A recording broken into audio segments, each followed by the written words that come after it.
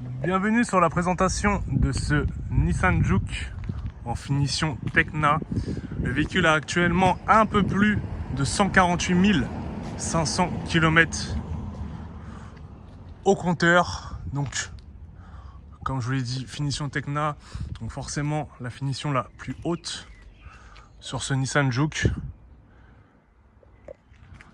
Franchement, à part le petit toit ouvrant qui manque, le véhicule est plutôt bien équipé. Vous avez les sièges chauffants, vous avez pas mal de choses sur ce véhicule. De toute façon, je vais vous présenter ça tout de suite. Donc là, on va passer directement à l'intérieur pour vous présenter les différents équipements. Donc bien évidemment, vous avez les 4 vitres électriques.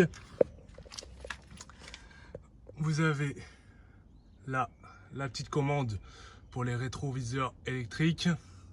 La commande des feux automatiques se trouve directement sur le commodo. Hop, je vais m'installer directement à bord. Donc là, le volant multifonction de chez Nissan avec le petit écran. Elle possède bien évidemment caméra de recul et radar de recul. Vous avez la climatisation automatique. Juste au niveau de la climatisation automatique, il y a un petit souci. Donc actuellement, elle ne fonctionne pas.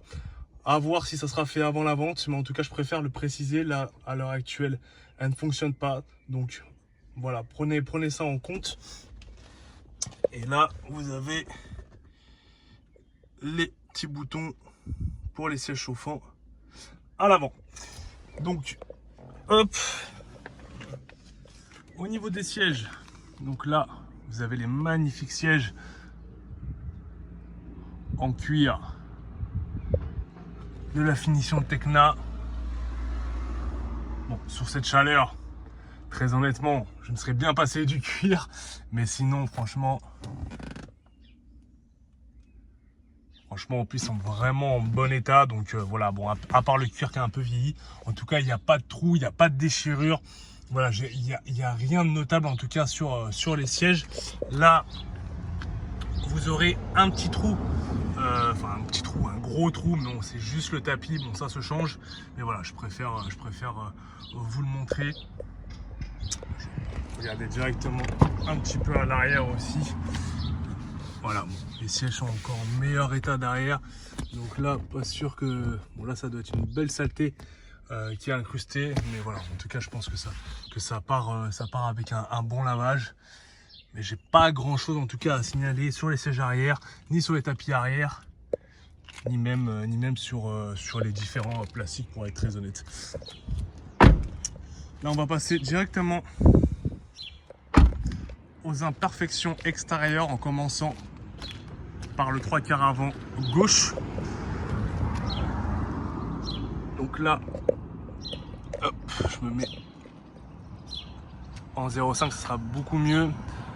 Donc là, ça a été frotté à ce niveau-là. Vous avez quelques rayures superficielles à ce niveau. Là, vous avez, je ne sais pas si vous allez le voir, juste ici, mais il y a un léger poc.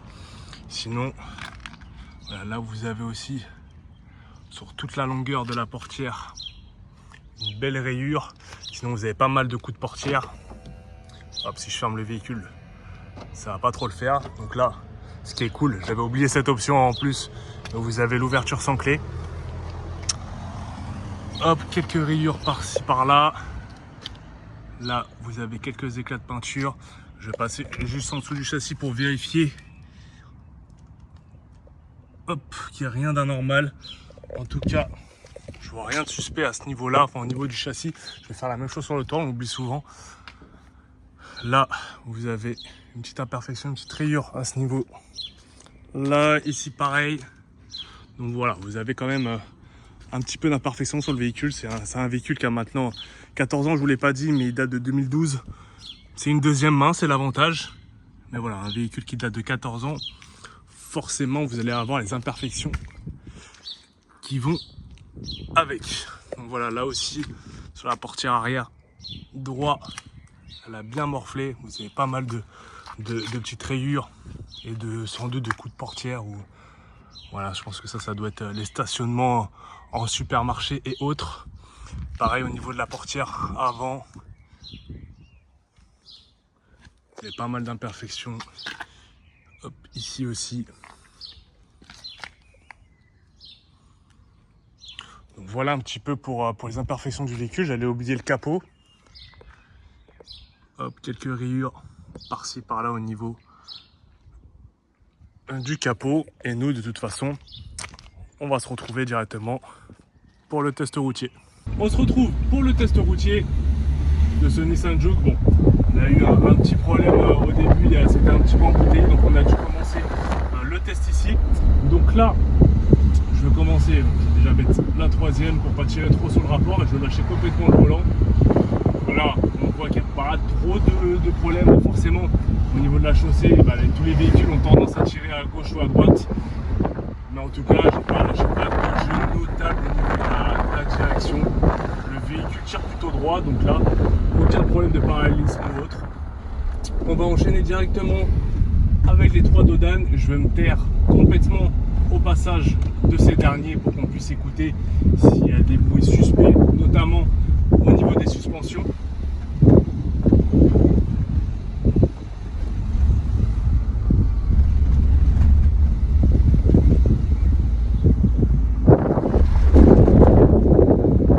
Personnellement, je ne sais pas si vous avez entendu, mais moi, j'ai pas de bruit anormal en tout cas au niveau des suspensions. Là, je vais essayer de prendre un petit peu de vitesse avec les véhicules qui me précèdent. Ça va être un peu compliqué de pouvoir effectuer un bon freinage, mais bon, on va le faire en toute sécurité. Là, je vais freiner d'une manière appuyée. J'ai pas de bruit suspect en tout cas au niveau des freins. Le véhicule freine plutôt bien. On est sur un SUV, c'est plutôt confortable. Hop, là, je vais prendre d'une manière un peu dynamique.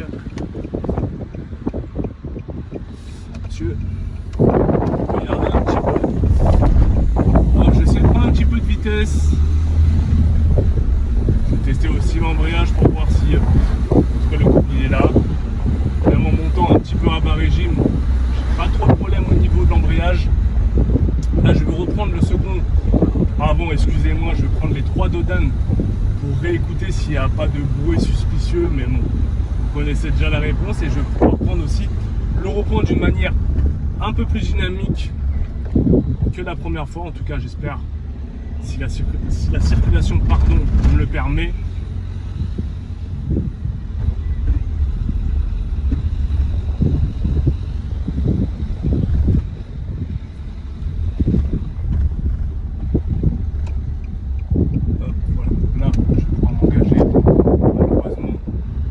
Devant moi prend la même trajectoire. J'essaie de prendre un peu de vitesse pour voir comment le châssis réagit. Très honnêtement, c'est plutôt confortable. On est sur un petit SUV, sur un petit gabarit. Là, on a pu faire un freinage entre guillemets d'urgence.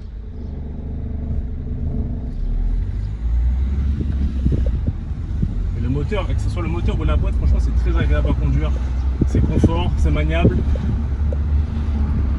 Le moteur a quand même du couple et en plus on est sur la finition Tecna, donc forcément le véhicule est plutôt bien fini avec les cuirs, avec les les rappels rouges,